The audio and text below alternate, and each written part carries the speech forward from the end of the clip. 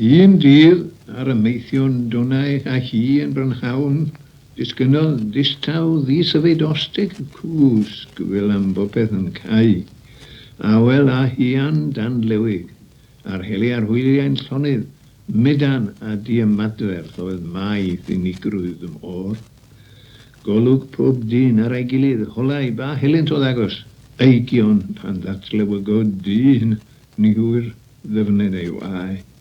Yna o'r awyr yrhiodd rhyw drwmp hir draw yn y pellteroedd, taenodd ias dros y tonau ac wyllt ddi brysurdeb gwir.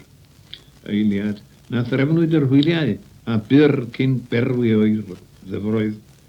Yna, tarawodd y trawint nef ag eigion yn un. Llanwyd y nef a dolefau tafod cyntefig y tryblith o chain a gwylo a chwerthin croch yn rhaflwng cyrhu. Wythau y llongau oedd weithiau'n fel is o flaen ei gyndaredd. Trochent yn niflant y rhychau a chrib y mynydlew. Llwth. Mawr yr ymladdau'r morwyr yn hwrf y cynhyrfus elfennau. Dreng gyfarfod ar angau, cad heb na gobaith nac ofn.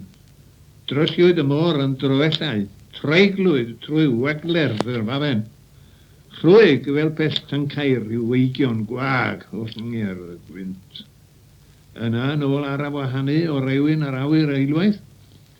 Gwenan ei hun yn unig oedd mwy ar ddyfroedd y môr.